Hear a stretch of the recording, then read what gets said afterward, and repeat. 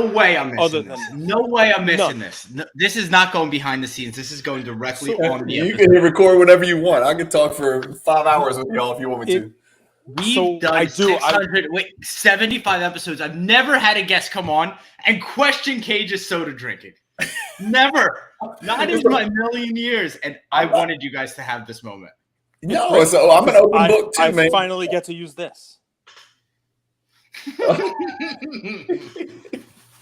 So no, here's the deal, right? I have no vices. I don't smoke. I don't do any type of drug at all. Yeah. No illegal, legal. Cigar night and nibbled a cigar for the entire. So I do have cigars every now and again, but usually only like as a celebratory event. I have not smoked a cigar since cigar night. You know, so yes, I do partake in that, but I understand there are chemicals in diet soda, and it's probably not the greatest thing for me to do. But I will tell you, I am legit always hungry. Yeah, always. Man, I'm with you, man. I'm the same exact way, and like my diet is like a kid's menu, dude. I mean, if it's I want chicken fingers, pizza, French fries, cheeseburger. That's all I ever want. So when I really try to go hardcore and diet, there's like 5 things on earth I'll eat: peanut butter, almonds, grilled chicken, and steak. And it's like, shit, I just get sick of this shit, man. Yeah. Well, I mean, listen, I like peanut butter too. I make the mistake of eating it at midnight in a bowl with vanilla ice cream. Yeah, that's frowned upon. Yeah, that will escalate very quickly. So oftentimes at midnight, I'm about to watch another episode of some show with my wife because she's finally stopped working for the day. And I'm like, all right, let's have 45 minutes of some television drama. And I come up to the kitchen and I'm like, all right, do I get the vanilla ice cream with peanut butter, or do I pour myself one of these and there's no calories and I go with this and I save myself a little bit of weight gain, most likely. Yeah. And that's at least what I tell my brain. And my detective instincts tell me you're that dude who saves plastic Starbucks cups and reuses them. And never have before. But I have used this for the week. I have used this. I've never, first of all, it's a perfect size. That's a sponsorship that y'all need there. But if you watch the show, I have drank the hell out of my large Yankee cups. Giancarlo Stanton's face is like half off. Yeah. You know, it looks like it could be Bernie Williams. It could be Jorge Posada. It could be Derek Jeter. Could be Don Mattingly. You don't know because half of it is gone. You know. Yeah. Could be Bucky Dent, depending on how long ago you got it. So my daughter got some large dragon fruit drink, and I said, I'm stealing that cup. My daughters get that. It's called pink drink or purple drink. Yeah. I mean, like they don't tell you what's in it. It's just the color. It's just pink. That's it. Purple drink or pink drink or something like. I can't remember what it's called. Purple drink is something different, and they pronounce that is definitely something. They pronounce it drank. I know that from my AAU coaching days. I learned about purple drink. That's Ian. Leah, pink drink. He drinks purple drink, but he calls it scissor. Luca Nation, this is what an immovable object meets an unstoppable force looks like. It just played out in front of your eyes. You have 2 lawyers, 2 card collectors, 2 athletes, 2 bulls. Competitive eating does not count. Going at it, and I love it. I love it. We have found our third for next year's 3-on-3 basketball tournament. Brian Cajun Cardboard. Welcome to the Lucas Tigers and Bronze Oh My podcast. Absolutely privileged. Can I coach? Can I just draw up the X's and O's? Because you don't want me playing. It sounds like the folks we've spoken to are actually good at basketball. I do. I need you. I need somebody like you. What I need you to do is gain weight so you can set screens and rebound for me so I can get shots up. That's all I need. Screens. I can set screens. That I can use my fouls. I tell everybody that. I have 6 fouls and I'm not afraid to use them. I'll ask you this, Cage. First question, and we'll get into Brian's story. I love your collection. How about we start this because we jump right into my soda. This is our National Treasure Series from 2022. We have Brian Cajun Cardboard joining us. We got to see him at the show. We're excited to hear his reaction from the show and, talk about the National. He's been to a couple of them and, we can get to hear his whole backstory. Andrew will at some point ask his origin story and we'll get that too. It's not an episode without that. And there we go. We've introed it after my soda fiasco. And go for it, Andrew. Ask him whatever you like. Well, I was going to ask you. Ask Bill Russell me. Better as a center or a coach? Because I when I look at you, I see Bill Russell. That's the kind of vibe. Very even keel. Leadership. I see the white Wes Unseld. I don't think he's got Bill Russell's height. I only saw you briefly at Cigar Night, but I didn't see. I didn't think you were 6'10". Were you 6'10"? No. I tell people 6 foot because I am just under 6'1", and I don't cheat in anything in life. So I feel like if I told people 6'1", I'd be lying to them, and I don't want to do that. Yeah, so just under 6'1". Yeah, when you dunk a ball, measure his arm span, Brian? Oh yeah. If you did, it would be 6'10". I have a very, very large wingspan. He's gonna pin some people on the backboard. That's a big deal for NBA drafts. It's called plus reach. When your reach is significantly further than your height, that's a really important. I have that. When we play pickup games, I sneaky get a lot of steals. Do you want to know the worst wingspan in the history of the NBA draft combine measurements? He was a -3. Ooh, Guess -3. His reach was 3 inches shorter than his height. Michael Jordan. No. Stop. That was also NBA or NFL? NBA player, recently retired, has the biggest podcast of any NBA player out there. Oh, dinosaur arms. JJ Redick, little T-Rex arms. Yes. That's why he was so bad at defending. Well, there's a lot of reasons. Well, yeah, but yes, it's part of it. I think he's the best podcast. I agree with that. I think his podcast is great. Fire. Hold on a sec. Draymond just called me and told me to shut up.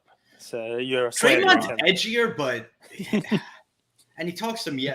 I'm interested to see if they ever go through a losing streak, and Draymond still has to go and podcast. You know, like I'm really excited for those. When they win, he's gonna talk his talk. And Brian, national series, give me your 1,000-foot view. What was AC like for you? You were at Cigar Night. It was amazing to meet in person. What was the whole show experience like for you? Yeah. First, let me say I've watched the last 3 episodes before this because I wanted to come in prepared, right? I didn't want to be duplicative. I don't want to repeat stuff y'all talked about. Nice. You had Chris and Josh from Card Ladder, right? Yep. Then you had Gio and Jesse, right? Who don't like cards. We found out they don't actually enjoy cards or people. Yeah, or people. Don't go near them. And then you had Backyard Breaks, like one of the biggest breakers in the world. And I'm batting cleanup. So I'm the guy you chose to come in after those 4 guys. So I can't possibly. Can I throw you a quick curveball? Yeah, of course. Due to copywriting issues and because we have a team that we're just trying to figure things out as we go, we misnumbered. So there was 2 before you, Bro Namath and Adam Lefko. Okay, I didn't see Lefko. Okay, well, I got to see Lefko. No, I did see Lefko. Yeah. Lefko was the one that I texted you about. I said that was a really good episode. You said here's the funny thing, though. Hot fire. You have kind of forced our hand without knowing it. How's that? Because you've now recanted who came before you. So we kind of have to play your episode today, which is normally what we would do. We record and we play the episode. But I'm going to Disney World at some point in the next couple weeks. So we're actually recording a few of these episodes so that we're still going to record while I'm in Disney. You guys will get the flavor of that. Yeah. But we're going to have a couple of episodes. We usually don't have that. We fly by the seat of our pants. Right. We record that day. We talk about it. It's live with a hobby radio. Something happened yesterday. Boom. We are going to talk about it, right? I know. But so this series, it's a little more evergreen content. We have 4 or 5 that we've recorded that could have gone out today. But you've just moved yourself without knowing. You've moved yourself to the front of the line. Well, you like movie quotes. You like movie quotes, and nobody puts baby in the corner. That's you're not putting me to the side. Yeah, you're not putting me on the side. If I'm on today, I'm going on today. Right? This is prime time. This is prime time Thursday, man. This is like Seinfeld, Growing Pains, Cajun Cardboard. Dude, the hobby. To be fair, you did that with me. You said, "Hey, you're gonna be on in a few weeks," and then you're like, "No, I'm just gonna play him tomorrow." Well, that's different. Yeah. There you go. There you go. I'll put you out there. Yeah. Atlantic City. Let me just tell you, Cage, you are the absolute master of analogies, right? You and I have a lot in common with that. The master of analogies. But I will tell you the best analogy I've ever heard in my entire life. It was about a week ago. Andrew said, Atlantic City is like Antoine Walker. So when he said that, I literally spit out my drink. I was like, that is the shortest yet most apropos analogy I can possibly imagine. He looks the part, but he can't play it, right? Look, man, I'm from Baton Rouge, Louisiana, right? So everybody's like, Atlantic City sucks. It's disgusting. It's this. I was like, man, I spend every other weekend in New Orleans, Louisiana. Go to bed. I thought you was from Shreveport. No, I'm from Baton Rouge. So I'm in between Shreveport and New Orleans. But Baton Rouge is, it's all about people. It's not about things. It's not about assets. It's not about, look what he's wearing or look what he's driving or look where he lives. So, look, man, I'm pretty simple. I wanted to get to the convention center. I wanted to survive the night sleeping in the Claridge Hotel. And you stayed at the Claridge? I did. I don't care. It doesn't. I would have stayed in a makeshift tent. I don't care. It's so, pretty. It's cards, a little man. known thing. I've stayed at the Claridge probably 50 times in my life, but not the current iteration of the Claridge, which is not really its own hotel. I think it's like an extension of Bally's now. It is. I think it is. So attached. Yeah. It used to be its own casino, and it had a tagline. It's Bally's halfway house. You're absolutely right. The tagline was Claridge, where the better people play. Oh. Now, is that appropriate now? I mean, it's like a roach motel.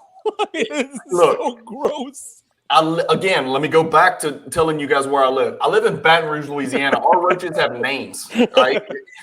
There's some roaches you just let them go, man. When you see them, you just say, y'all move on. I'm not down for this right now. It's too late. It's gonna be too big of a battle. I mean, they have different rules down there, Andrew. Like, the first rule of the bayou: don't take directions from a gator. My senior year of college, for winter break, we went down to Plano, Texas. Okay. And then we went to New Orleans for New Year's. Okay. And first off, that was the best trip of my life. I went with my best buddy, Brof. Went with Brof. Played futsal against some professional players. Wait, you and Brof played lady footsie? friend, futsal, soccer. Oh, okay. Little soccer down there. Visited my Texan friend. We got queso all the time. The portions of food in Texas are enormous. And then we went to New Orleans for New Year's. Oof. Amazing time. Probably the most drinking I've ever done. And I woke up, like Austin, our good friend, in a hotel room that I didn't even know I had. And somebody had harvested your organs. I lost my iPhone. And then gave him back. 3 months later, I'm working at Morgan Stanley. It's my internship. And I get a call because I lost my iPhone there. Okay. And he's like, hey, I have your phone. If you send me your address, I'll ship it back to you. Your phone has been taken. So some guy, that was the spirit of New Orleans. That's the kindness. Yeah. You mentioned the people. The people, bro. The people. It's different here, It's not the things. And this is like a $300 iPhone. Like he didn't owe me anything. Right. It was the most shocked I've ever been. I'm like, you're sending me my iPhone and you're gonna pay. It was incredible. Look, everybody who, if I open my ears and look around, everybody's like, I can't wait to get out of Louisiana. I came back to Louisiana. Okay. I was a lawyer at a big law firm like you, big 100,000+ lawyers, litigation firm in Houston, worldwide firm, lived that life, saw that money. I paid off my student loans, unlike somebody, fast. And then I moved back home, man. I could not wait to get back here. I was like, every year that I spent over in Houston felt like it was a year that I was wasting. Started having kids and missing parents and friends. And I don't know, maybe I'm just a simple person, but I want to get back because the people here, truly are special. The roads are special because you can barely drive on them. But the people are really a special breed, man. It's a really cool place, top to bottom, from Shreveport down to New Orleans. Like the people here they just hit different, man.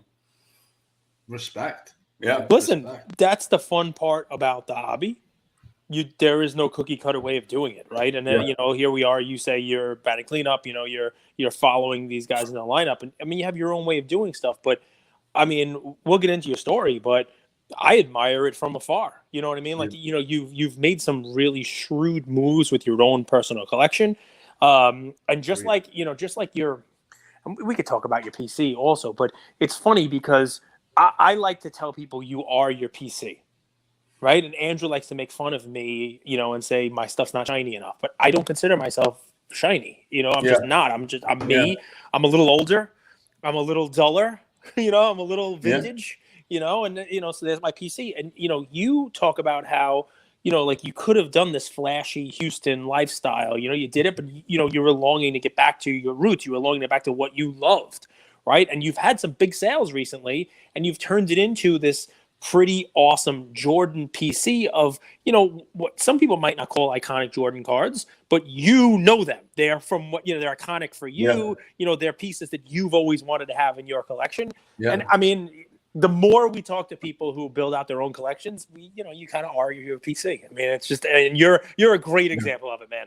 Well, here's the deal. If I am my PC, then I'm scatterbrained, disorganized, OCD, you have a plan, shiny. You have a plan. Hey, did you see the soccer card I bought yesterday? What the hell? Alon Refractor. You took my advice. I mean, what am I doing? Soccer. Did you start watching soccer? Or are you spending? No, I've always loved. I'm a soccer family. Like all my kids, like soccer. I'm watching the Premier League. I love soccer. I just never got into cards because, you may be able to identify the next great one or the past great ones, but you got to know the products. I don't know the products for. Can I say? Yeah. I don't know the product for shit. And guys, no Brian's being modest. Brian's older daughter, she's going to play college ball next year, right? And she's there. She has the first game Sunday against Mississippi State. It's preseason.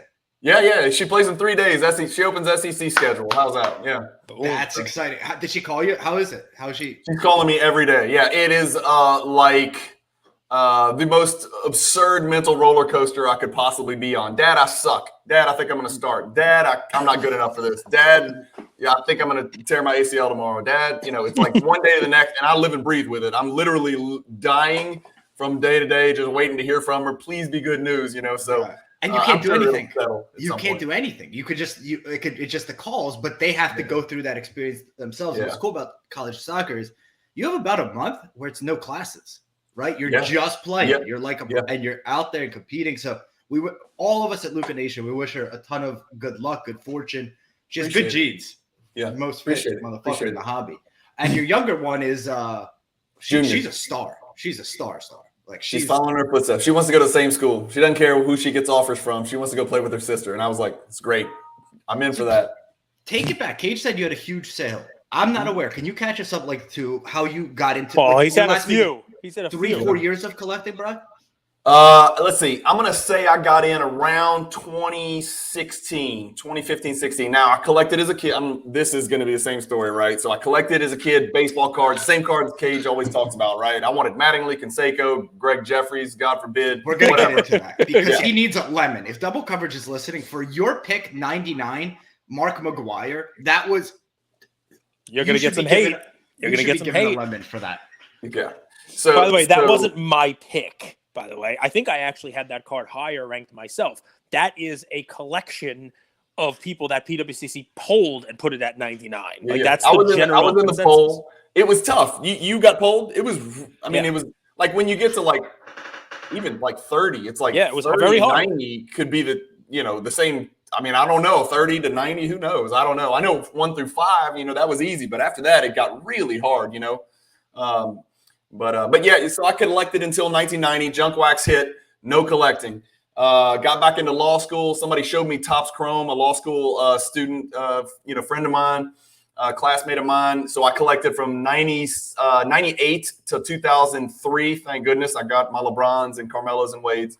And then nothing until 2016. I was, making a career, having, babies and growing a family and moving back to Baton Rouge and coaching Nike, EYBL, grassroots basketball. And so got back in around 2016 and then kind of went heavy. Yeah. It was good timing, right? The difference between 2016 and 2020 is like timing is everything, it's right? Everything. Yeah.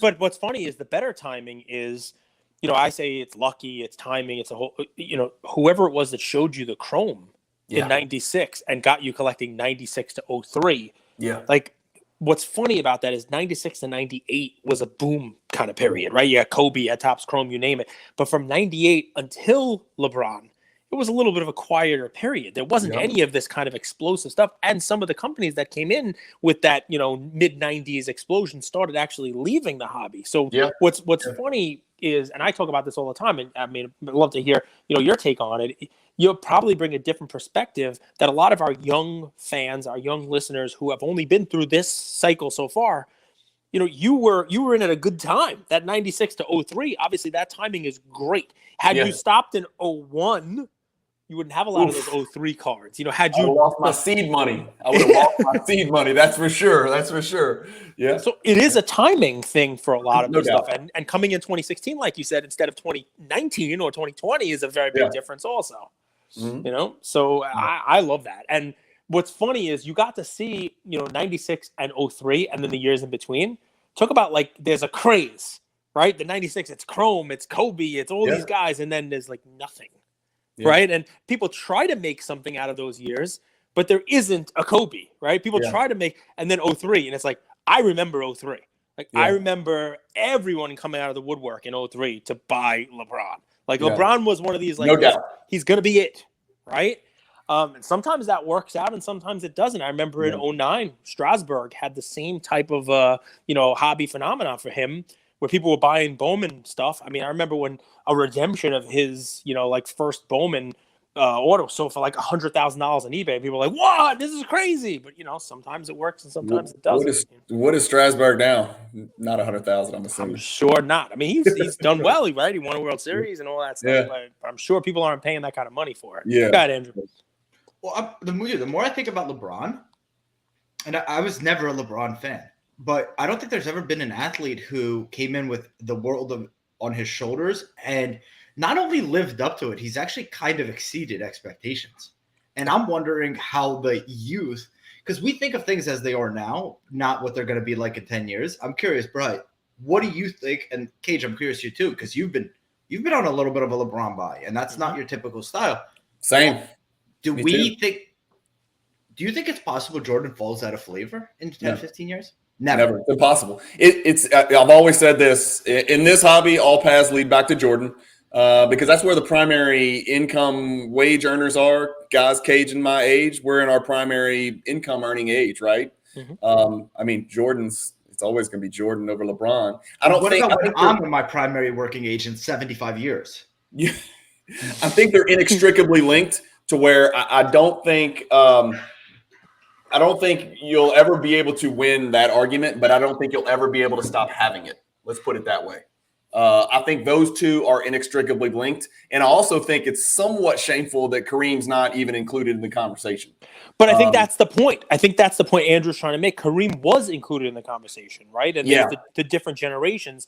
I think the difference with Jordan is the Jordan name and brand live on and go beyond the court, right? So like the young kids coming up now who play want to be Jordan brand athletes. They want to wear Jordans. You know what I mean? So even if we're not talking about him as a player the same way Kareem we're not talking about, even though he was amazing, the Jordan name and brand will keep him relevant and in that conversation. I think that's the difference. The way Kareem did it too. I mean, it was like death by a thousand. What is it? Death by 1,000 something needles. I don't know. Yeah, I mean, Kareem was just skyhook for decades. And he played in one of the weakest decades from an NBA talent perspective, the 70s. Everybody was coked out and they had the ABA, the NBA, and there wasn't a lot of super uber mega, top 10 guys from the 70s except Kareem. Doc's not really a top 10 guy.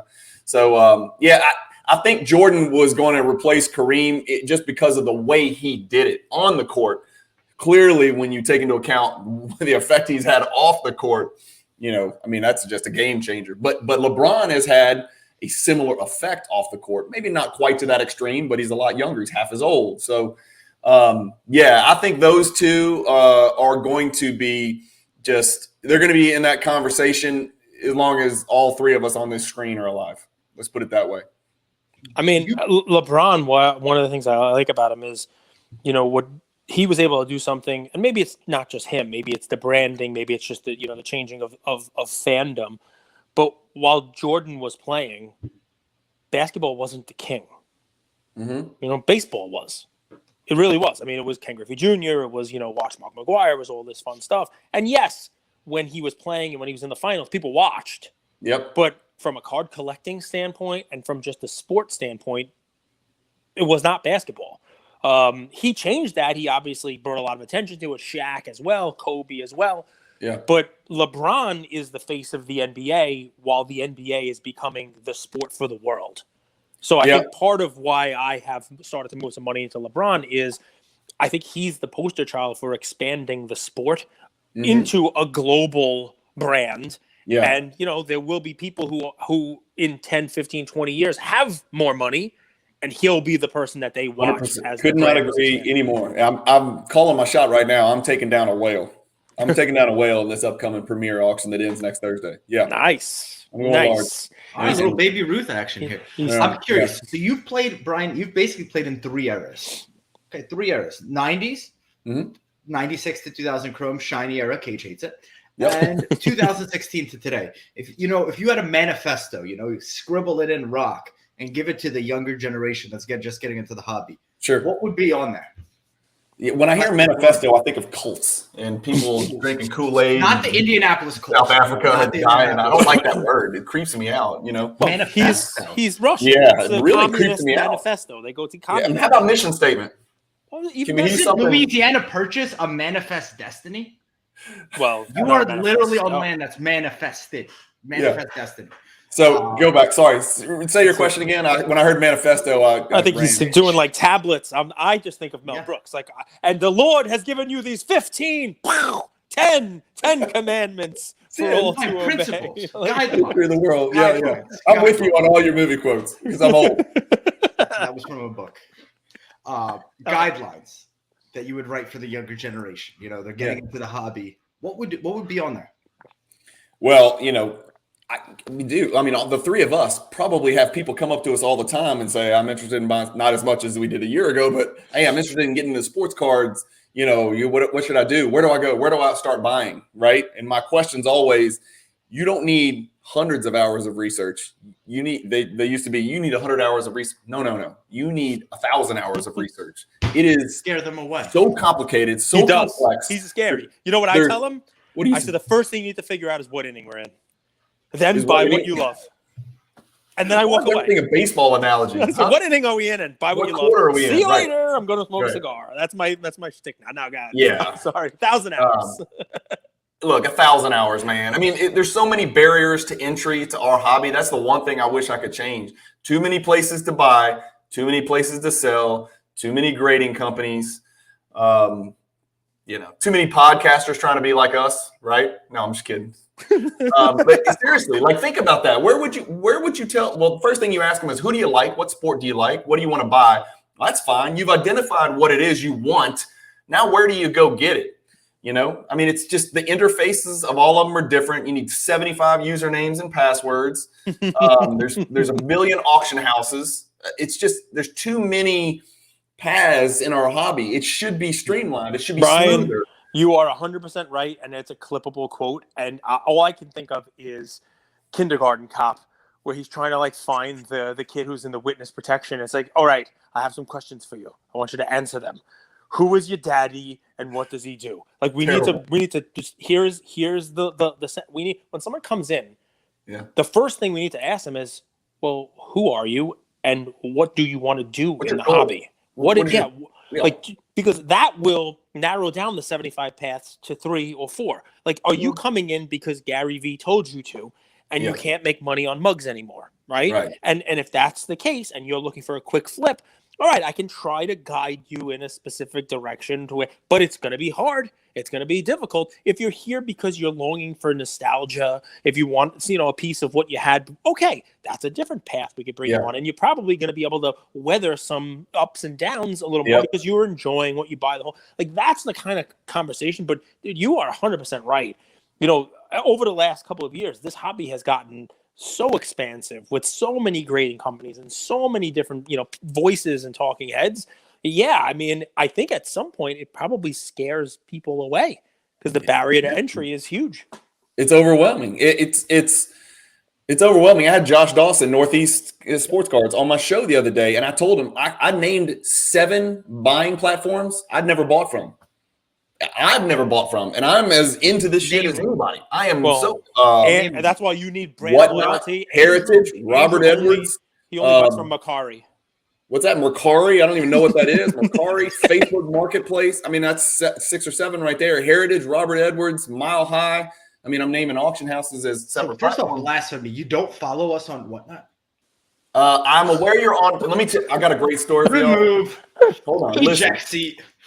Listen, I'll buy 2 Tiger NFTs to make up for it. But listen, we'll take it. I was introduced to Whatnot last Friday night. A local card shop owner, a mutual friend of ours, Anthony Renato, Cards and Culture. You visited? Yes. I went over there. I was in the break-in room. I'm in the break-in room. There's 10 people in their room, okay? He's breaking, and he's trying to sell slots. There are 10 people in that room, like online in the room. I'm actually in the room with the breaker.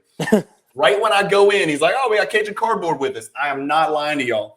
Of those 10 people, one guy's like, is this the same Cajun Cardboard from YouTube? And I was like, the ultimate flattery. I was like, there's 10 people. What are the odds that one of those dudes would know who I was? And so I got to watch break-in firsthand.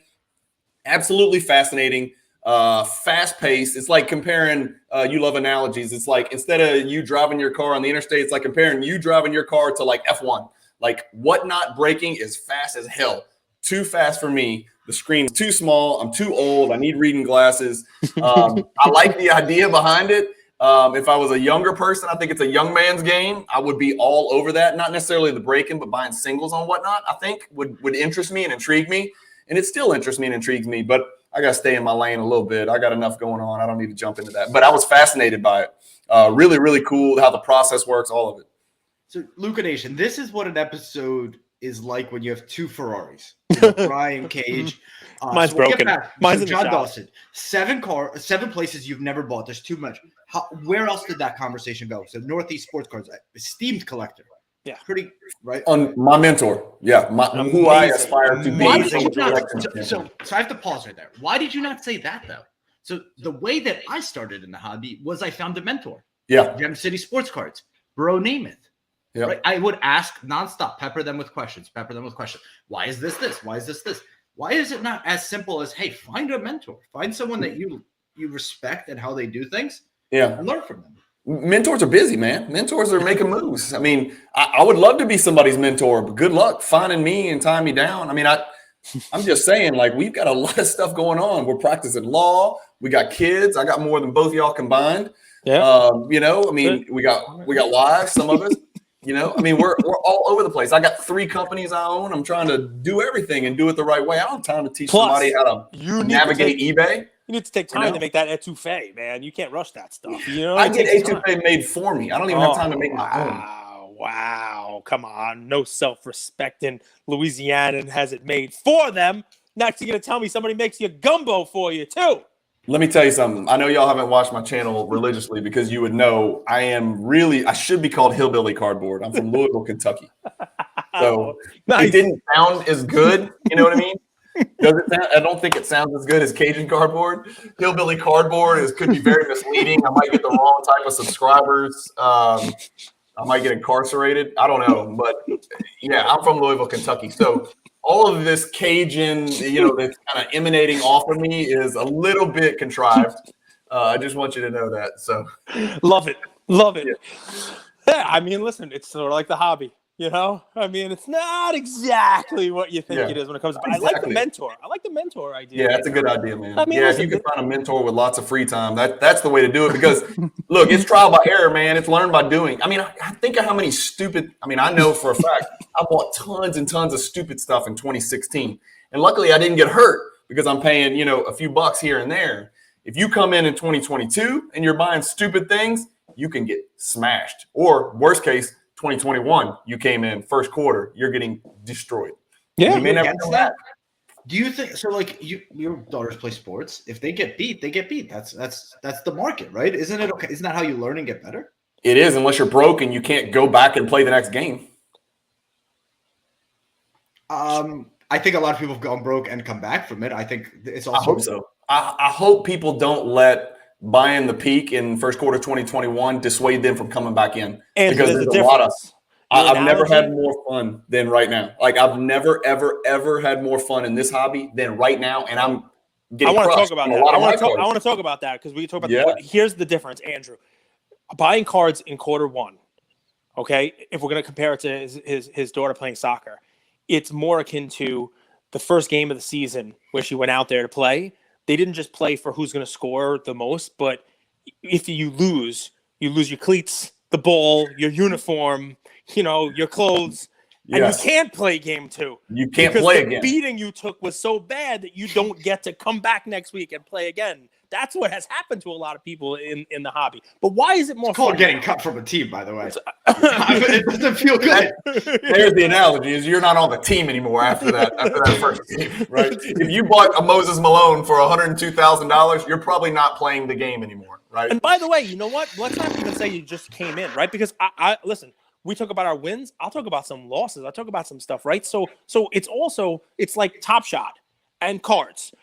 As it's going, no one ever thinks it's going to start to turn and go the other way, right? And you're making, buys. You're coloring up, and that was the phrase. Yeah. And at some point, you color up into something that just starts to go downhill. You've made money. You're okay. Well, I'm gonna dispatch some of that money and buy these things. Like a personal example. I mean, I was buying Jordan stuff last year that is significantly down from what it was. Like, let me buy this Natural Born Thrillers card that I'd had to have, and I only paid $10,000 for it, and I sold it for $5,000. Yeah. Or even still, you have to learn. I bought a Pele card that at the time was like $10,000 because it was a PSA 4 and there were none higher. Yeah. And I learned a nice lesson. One, the market took a little bit of a dip since I bought it. But two, more importantly, it was one of these price discovery, card discovery type of things where other people have found magically 70 more graded. And there's only been like 5 more graded, only 2 higher and 1 the same grade. But now that card is 3,000 instead of 10. Like there are different beats. And it's not just people who came in and bought the wrong thing. Shoot. You guys remember when Cage talked about the Lewis Hamilton for Terra? The reason he talks about it is because of experience. Yeah, I take the same beats. I want to avoid you guys, from getting beat like I have. I mean, it's just what happens. That's the deal. But it's not just, hey, I came in at the wrong time. Even people who were here, you could turn wins into losses too if you're buying the wrong thing at the wrong time. So. I've got a story. Look, I've had again, it's in Baton Rouge, Louisiana, but there are people here who make real money, right?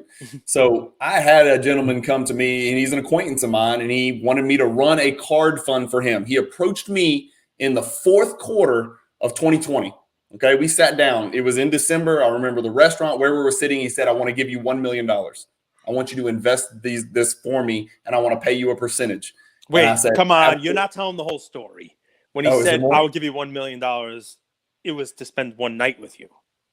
That indecent proposal. No. Boom. I love this guy. He really wanted me to run a card fund for him.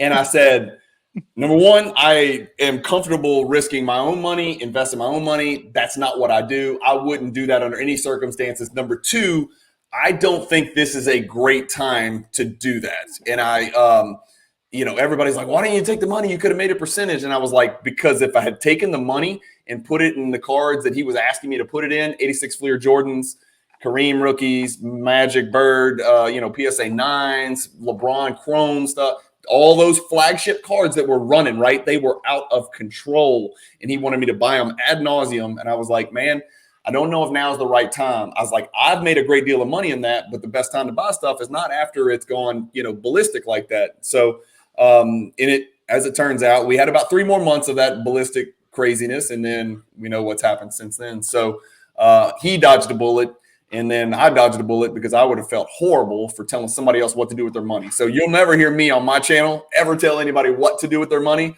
but I will happily tell anybody who asks what I'm doing with my money. And I think if a lot more people in the hobby, especially people that are pumping out content, would do it that way, I think a lot fewer people would have gotten hurt. Yeah. Now, again, y'all love to tell people plays, but it is what it is. I mean, just it's all in the hands of the person who takes the advice and Judas. You haven't listened to us in a while, but when we saw the market turn, we actually stopped giving plays. Oh, no, we didn't. I heard y'all a week or two ago talk about plays. I heard it in the car back to Florida giving a play. I told you these guys don't listen to our show. He might have like a crack and something, just to be fun. But with the whole like daily play stuff, once the market turned, we were like, you can't be doing this for a reason, right? Because it doesn't matter what the play is when the market, corrects. There's plays right now. There's plays right now. This has been the best year for me ever. Me too. This guy's coming in here like Steph Curry on a fucking shooting streak, and Brian just take. Look, it's not easy, man. It's not easy. It's not buying Markelle Fultz and flipping him 60 days later in 2021. It's not that. Can we talk about Markelle? I think Markelle could have a breakout season. I think Markelle is. He has to play. He's got to play. There's 4 point guards in Orlando, so if he becomes the point guard, that would be great. But I wouldn't. Yeah, I think him. I don't think that's where I put my money. Is that your play? Is that your play? Well, I think something you missed there, Brian. I respect you quite a bit. You're a very, very smart guy. The reason we stopped giving plays is it's easy to give someone an entry. Yeah. The exit and when to exit and why to exit and when to cut losses versus when to let it ride versus when to decide to trade. That's the nuance, Mr. Brian. So that's why we stopped giving plays. It's because there's way more nuance involved in this. And I'm curious, we still haven't got this. 2016, what was your first purchases? Like, what did you buy then? Giannis base rookie cards. Buy it now, buy it now, buy it now, buy it now, buy it now, buy it. I couldn't hit it enough. Every day when I got into the office in the morning, I never stopped hitting that button. You guys doppelgangers? What did he buy? Giannis? Did he go? Did you go heavy on Giannis? I didn't come back in He went to 2016. Teats, for example, but it's the same. But a couple of years Giannis later, is the ultimate rags to riches. There may never be another one. I mean, Steph Curry is a pretty good one too, but Giannis was truly.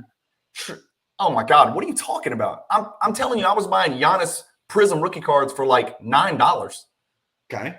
You can't buy Doncic silvers for $9. I mean, Andrew, I'm telling you, like over 1,000. Like just buy. It's not like that anymore.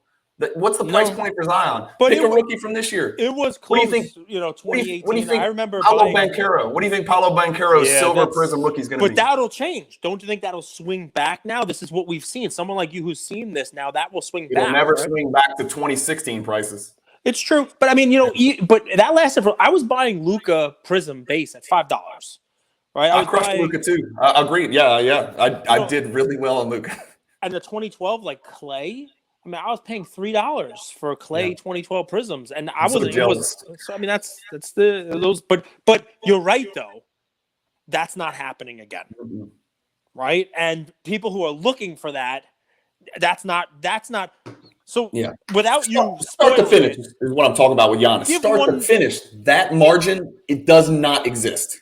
But here's what I think people want to hear, and we'd be remiss if we didn't ask it. And you could say, no, I'm not giving away my play, the whole 9 yards. But maybe it's one you've already accomplished this year so that it's not – Sure. This year, most people are not making money. Most people are losing. There are some who are doing just fine. It's not in trying to find the next Giannis at $1 or $5. What's one story you can give of success from this year? Well, I mean – oh God, I've sold a lot of cards this year. I sold my 86 Fleer PSA 10 set. You guys know that. I broke the set up. I kept the 2 Jordans and I sold everything else. That's not really me making money within the year. Obviously, I bought that set in, like 2019, right? I finished it up in 2020, right in 2020, right before COVID. Okay. So that was a great success. And then one I've never talked about, or I haven't talked about yet, is me with this same info. This is so like butterfly effect. Keep going. I told you. So and the better investment, which is more within the last 12 months, is I started the 1997 PMG Red set. Right, and this is going to show you how maniacal I am. The only card I had was Shaq. Okay, I had 1 out of the 123 cards in the 97 Red PMG set 12 months ago. In, let's say, September of 2021. So what is that, 10 months ago, something like that? I said, I'm going to go get this set. Candyman talked me into it. Nas talked me into it. And I said, I'm going to get the set. And I got to 93 out of the 123 in about 6 months. And then I had 30 duplicates. So I had about 125 PMG Reds. I put every single thing else in the hobby on hold. I put my Jordan collection on hold. I put prospecting on hold. I put my Shaq, my Giannis collection on hold. I put everything on hold. Every single penny I spent was chasing that set. And recently, I decided to liquidate that set to kind of move that money more into Jordan. And there was a massive margin. I found 2 absolute, solid, fantastic, deep pockets buyers who are very good friends of mine in the hobby, and they wanted to take it from me and run with it. And so this guy's making me sad because I sold him a couple of PMGs at basically what I paid for them. Now he's making money on the flip. But look, here's why, Kate. Here's why I used you as a stepping stone. No, I'm just kidding. Here's why. I had every intention of if you guys know me, when I start something, I finish it. This is one of the very rare times in the hobby where I was chasing a set and I chose not to finish it because I took a step back and I wasn't having fun. It was causing anxiety. It was causing a tremendous amount of anxiety in my life. Financial anxiety because all my money was going into it. I was missing out on this dip for LeBron and some specific Jordan cards that you just talked about. and I'm buying, freaking Glenn Robinson PMGs for $10,000. I'm like, what the hell am I doing here, man? This is the same reason I just sold my Fleer set, because I've got my money in Johnny Moore. Why do I have money in Johnny Moore? I can go put that money into Michael Jordan and LeBron James in a dip.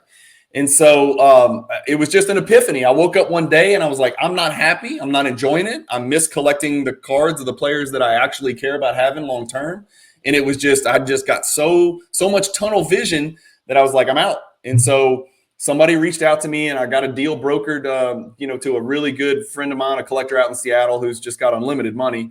And he and I came to terms quick. I ended up selling all 93 of them. We came to terms on the price in literally 36 hours. You didn't keep your Shaq? I didn't keep the Shaq. I kept Jordan, I kept Kobe, and I kept Tim Duncan. There you go. That's it. And I still have a couple extra I need to move. I got a couple extra. Tim Duncan, because he doesn't get the value. Tim Duncan's when I would buy this card back for the price I'm selling it for. Tim Duncan, I would probably move if I could get back what I paid for the Tim Duncan, but there was some really weird last sale of that Tim Duncan red, which didn't make sense. It was like a really bad comp. It's a horrible comp. It doesn't make sense. So I'm holding on to that. I'm not taking that loss. So I'm just going to ride that out. Find a mentor for new people, for people who are in this. Evaluate your portfolio, as you're going through, evaluate, are you still in it for the same reasons? Have you got that tunnel vision? Is that rule number 2? It sounds so cliche, and every single person on social media says it, collect what you love. It really is. It shouldn't be collect what you love. It should be collect what makes you happy. Like I said, the value of my collection has gone down significantly in the past year, just like many people. And I've got my money in Jordan, LeBron, Giannis, Doncic. I've named some pretty good names, right? Long term, those guys are pretty safe, except maybe Doncic. But I'm having more fun than ever because I can buy more cards than ever. And it really is just perspective, Atlantic City, other than my amazing anecdote, thank you for the compliment. Words of affirmation do a lot for me. Thank you. What else? You meet anyone there that you're like, this young guy, this young girl, this young business, etc. is doing things really well. Anything when you give a shout out to, anything like that? Yeah, you got to remember in Baton Rouge, Louisiana, how many collectors do you know from Louisiana? Anthony Ronaldo, who's built like that. If I was to make an athlete, he's my mentor physically. yeah. He's all of our mentor, right? Yeah. He's an Adonis. Yes, truly. But seriously, think about that. Okay, him, me, who else? Nobody, none. So that's my outlet. So you got to realize I've been in this hobby for 6 years. I've never met one person face to face except Anthony. I've never met you. I never met Cage. I never met Midwest Vintage Josh. I never met Chris. I never met Christina. I never met Josh from Card Ladder. I never met any of my friends that helped me at PWCC for the vault. I never met any of those people in person. I never met the guy that I'm selling the PMG red set to. I never met, you go down the list. I never met Northeast Sports Cards Josh. I never met Justin, 610 Sports Cards. Did you meet all of them at the National? I did. I didn't bring hardly anything to National, man. I brought like 3 chintzy little cards to trade. And the rest was I am going to walk until I can't walk anymore and go shake hands and introduce myself to all the people that I've become very good hobby friends with that I've never gotten a chance to see in person. So I wish I'd have got more time with you guys, but y'all were throwing party of the year. It's like. Also, I had to run away from you because, you're like a picture of health. I'm like, I feel like a fat man. I lost 50 pounds leading this thing. I meet this guy, and I'm like, oh, God, I got work to do. Well, look, I'll tell you, I drink twice as many Diet Cokes as you every day, and that's why. That's my secret.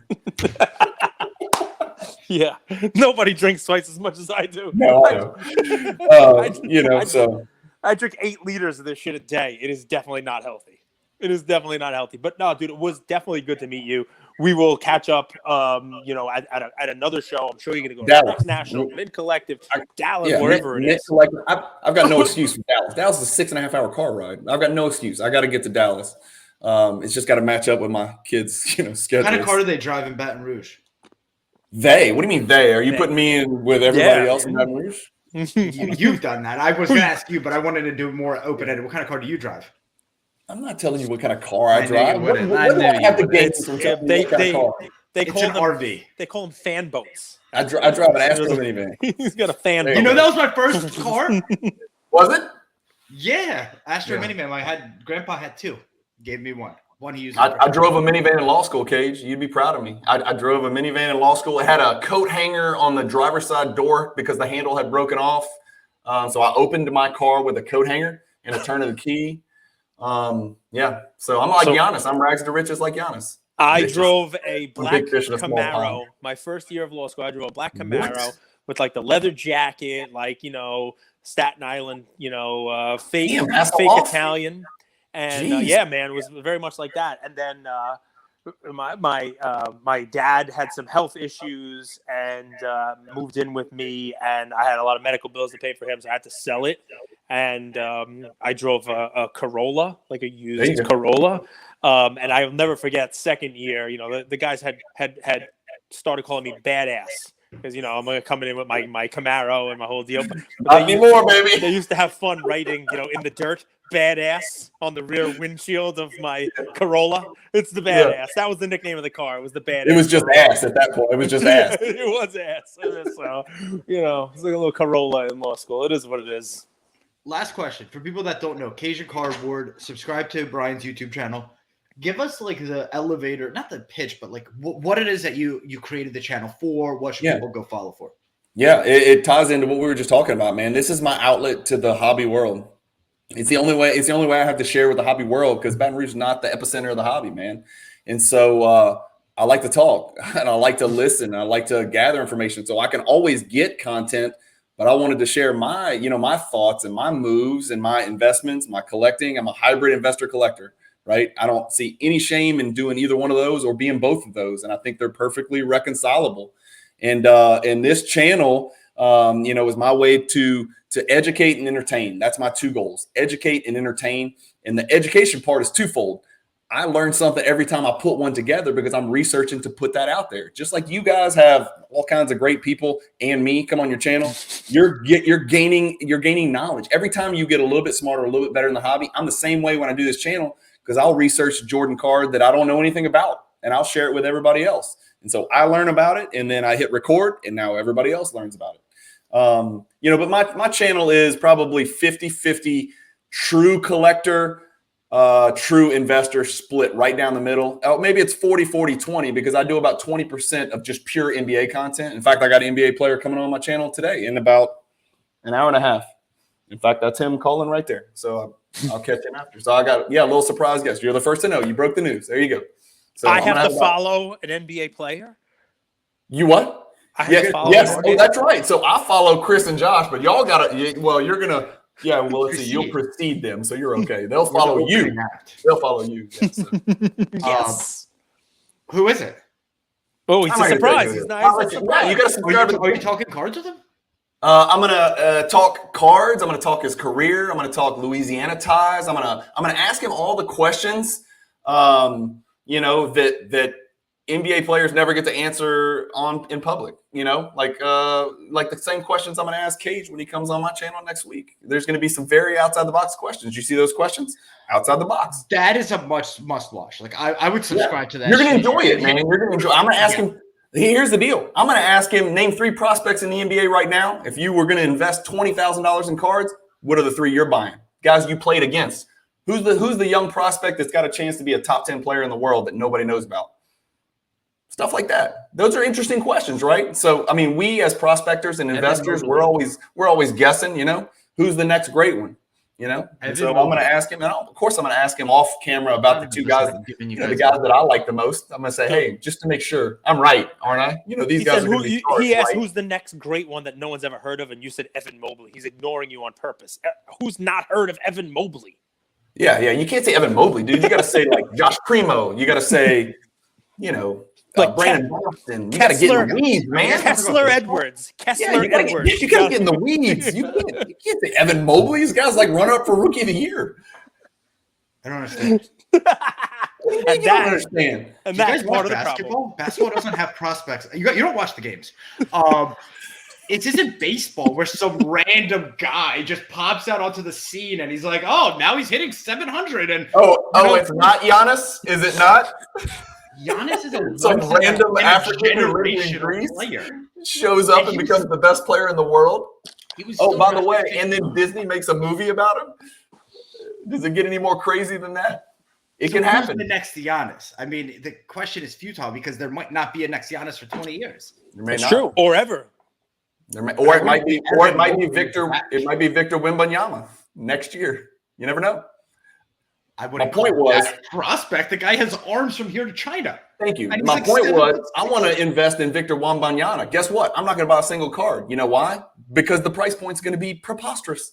I'm not going to buy one single card. I have 0 Zion cards, not one. Anthony Simmons is in other ones. There's Simons. I don't know. You're investing in his co-host. I would say that's our duo. Cage is Dame, and I'm Anthony. But dude, he can pull up. It's a good backcourt. Is that a prospect?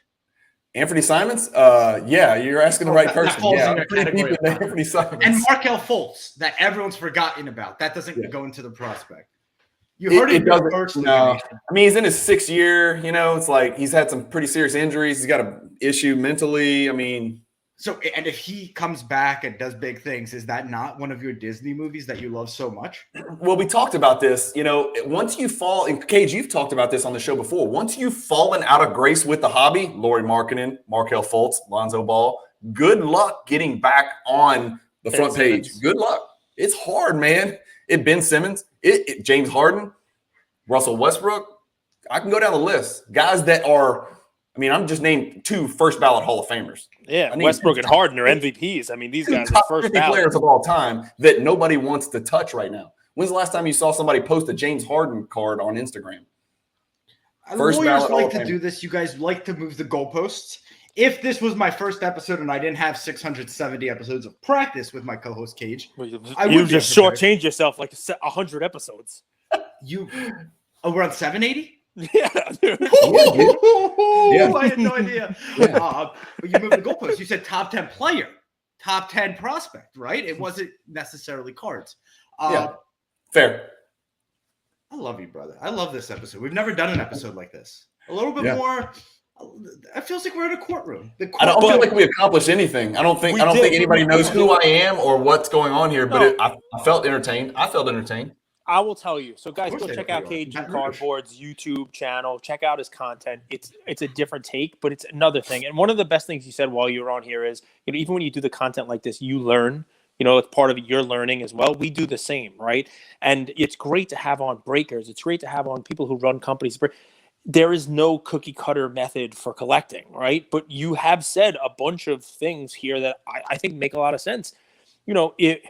You have a different way of collecting. My favorite is I don't own Zion. I'm not going to buy a Victor Wembanyama card, right? And here's why. You're going to stick to, I'm trying to find a guy that is a good value, right? I'm going to try to find this guy. That was your Giannis win. And you're not going to chase. You're not going to buy Bonchero cards when they come out because everyone's going after that. But I think what you've learned by being in this for quite some time is that these things always cycle, right? And there may not be a time where you can buy those Giannis again for $9. But I already see it. I mean, I was able to tell people about Target having blasters available yesterday for quite some time. I mean, Andrew, it was sold out by the time I told him. But there were some other people who got them, I mean, good that didn't happen last year. Like, you couldn't get something off. No. That's a shift. That's a change, right? Prices are going to, and we're going to have things for kids to open, and the hobby's going to be here in some form or another. Agreed. It will have another explosion, whether it's next year, 2 years, or 8 years from now. We'll go through it again. My biggest question for everybody listening is, will you be here for it? Oh, me? I'm not going anywhere. Yeah. I know you'll be here, but I live and breathe it. I'm not going anywhere. I can tell you that, right? If I didn't go anywhere after, my collection value being cut in half, I'm sure as hell I'm not going to go anywhere, now. What's your best sport, Brian? What's that? Your best sport? I played baseball and basketball in college. See, they get to know you. Yeah. What do you like to do for fun? I scream at my screen and then record it. I listen to you guys scream at each other. I'll be honest with you. Like, I have a wife and I have 7 kids. So I've got all the way from age 23 down to age 8. So just like a lot of, kind of middle income parents throughout the country, I am going to the soccer field 3 or 4 times a week and watching my kids practice, getting them to games on the weekend. My schedule is a little more complicated than most because a couple of mine are playing across the nation.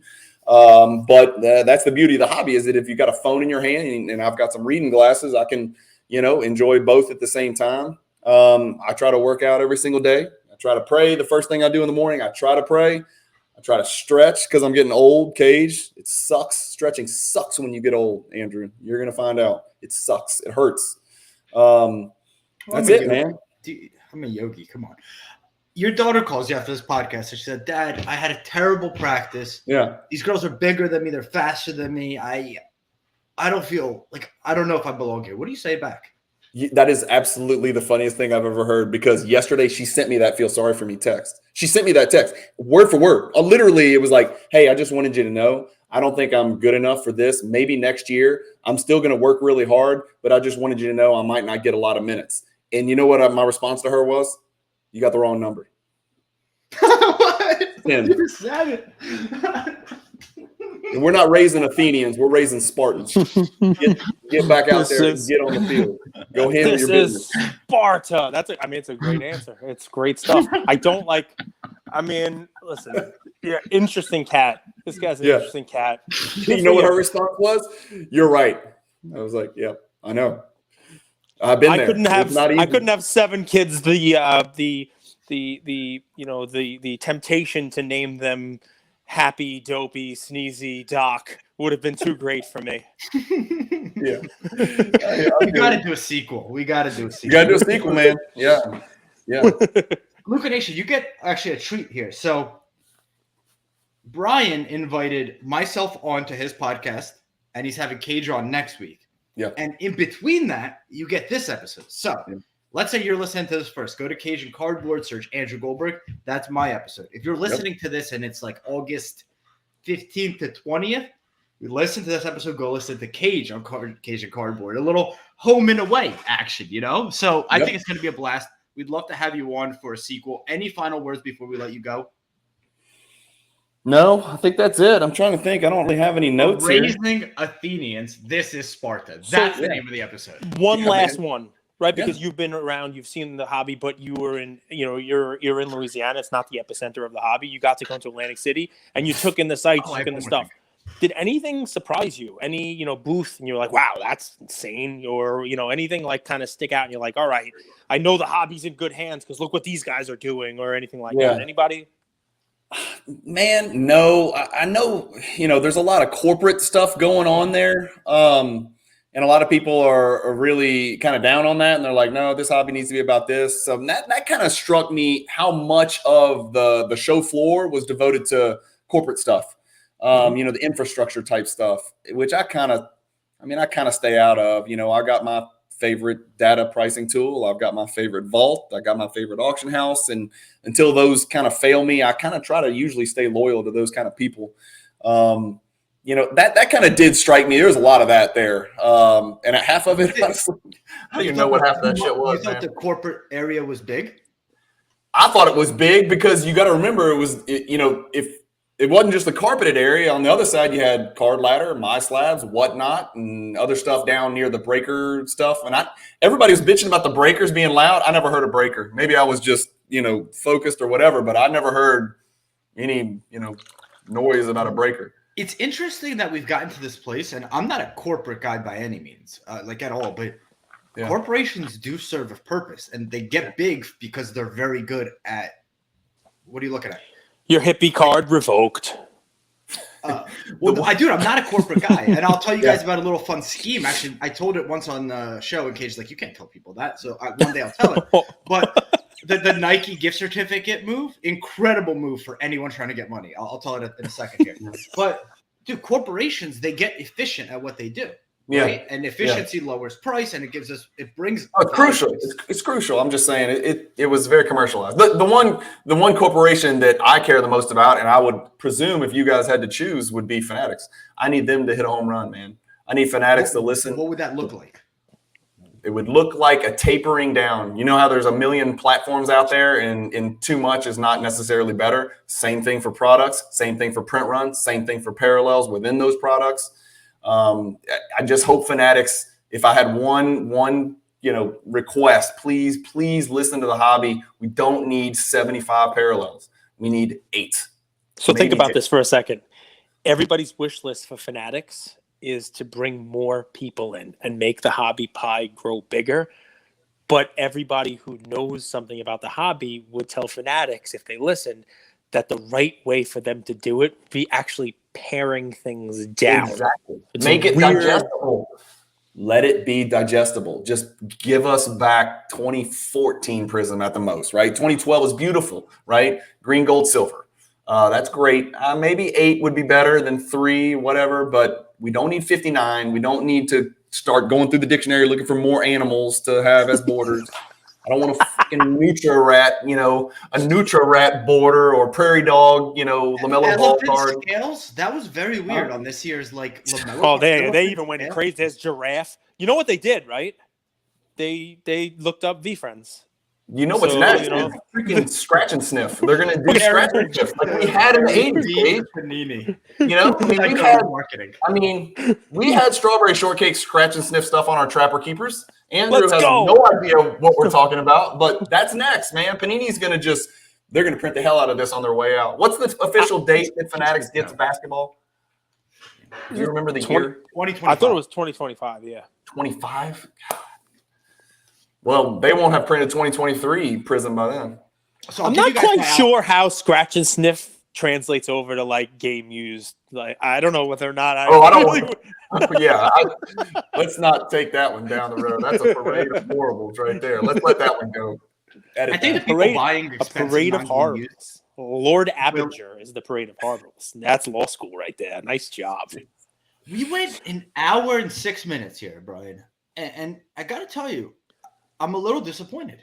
Oh, yeah? You didn't mention Joe Burrow or Jamar Chase once. And it's basically a stone's throw away from you where they came and never lost a game, basically took college football by storm. What's up? I collect basketball. I know cards. Basketball. I collect basketball. I only think about basketball. Look behind me. That's a basketball. Yeah. Soccer is Rouge, right? Soccer is my deal. Now, look, those guys are revered here beyond belief. You would not believe those guys are revered beyond belief. Yeah. Okay. So here's the play. Alpha, I have 2 lawyers here. They'll tell me Give me a what play. they're doing. So when I played soccer, we'd have cleats. Adidas, Puma, Nike. But those are 3 brands. A lot of people don't know that those companies have 2-year warranties on their product. If you look at the tag, date, there's a date. Oh, there we go. I got his attention. Now he's hooked. We'll reel him in. So on the tag, if you look under the tag, there's date. If that date is within 2 years of today, it's under warranty. Okay. And you have the right to go to Nike. You can search Nike manufacturer defect. There's a link to file a claim. You find the product and you file a claim. You take that product and you send it to Nike. Put a little note in there and says, I'm a high-level competitive blank, basketball, football, soccer. My cleats are my everything. And they did not hold up under duress. I usually buy all Nike products, but this one failed me. Can you please take a look and let me know what you could do? Sincerely yours, Andrew Goldberg. They will inspect them, and if they deem that it legit is a manufacturer's defect, they send you a gift certificate to use on their website for that amount. I didn't know that. Of course, all of that while you're talking, Cage and I are thinking class action. No, I'm thinking there's the availability of fraud is what I'm thinking. Yeah, it's on their website. You just cut it up because you just cut the sole off your shoe on the 715th day and mail it in. Or hypothetically, if you're an enterprise, that's how lawyers think. We think about the absolute worst that can happen and how you can exploit loopholes. I mean, look, if you wanted to, you could tell a yogurt company that you found a fly in their yogurt without telling them you put the fly in there, right? So just because it's on their website, Andrew, doesn't mean that there isn't something untoward going on before it gets to the complaint department. Sort of like if you were to write that letter, Andrew Goldberg, 100 times, and let's say you went around the school's athletic department and bought everyone's used cleats and athletic material, and sent them all back at pennies on the dollar, sent them all back to Nike and got a bunch of gift cards for it, hypothetically, that might not be. I mean, Nike's You going to guys give it to thought you. Mug Life was good. What about Tag Life, motherfuckers? That's another episode. We have digressed. Thank you all for listening to another episode of Lucas, Tigers, and Bronzo My. I wanted to tell you about a new service that we have starting as of today, and I'm really, really excited to bring it to you guys. So, as a part of our partnership with SGC, we got 50 free submissions every single month, and many of you have taken advantage of that. And it's amazing that we could have the opportunity to 650 episodes, 675 episodes in, to go ahead and give back to our community.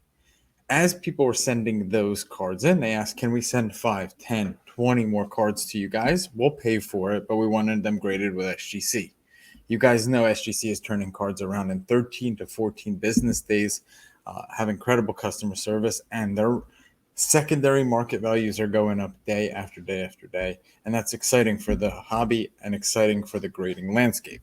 So we didn't want to just rush into it. We wanted to do it right. And what we did was I relocated here to Boca Raton, Florida. I opened up a P.O. box maybe 5 minutes away from SGC, and I will be hand delivering and hand picking up the cards. So you don't have to worry about anyone else touching your cards. It will be me, and I will update you every step of the way. So here's how it's going to work. I'm going to personally pick up the cards from a P.O. box, prep them, new card saver, new penny sleeve, and deliver them to SGC every single Tuesday. Why Tuesday? Well, it lets the stragglers over the weekend come back through on Monday and gives me a day to prep, and it basically gives SGC the entire week to work on grading those cards. Once your cards pop, only then at the end of the process will you be paying for the service. It's $25 per card, simple as that, and the turnaround times have never been faster. We're hearing right now 13, 14, less than 20 business days. So there it is. 9170 Glades Road, number 135 is the P.O. Box in Boca Raton, Florida, 33434. 9170 Glades Road, number 135, Boca Raton, Florida, 33434. Of course, you could shoot me an email or shoot me a text anytime, and I'm always available. Many of you already have my email. It's iamandrewgoldberg@gmail.com. or my cell phone number, 215-519-9154. Reach out with any questions. I could walk you through the process. I've hopped on the call with quite a few of you, and I'm happy to do that. Love you, Luca Nation.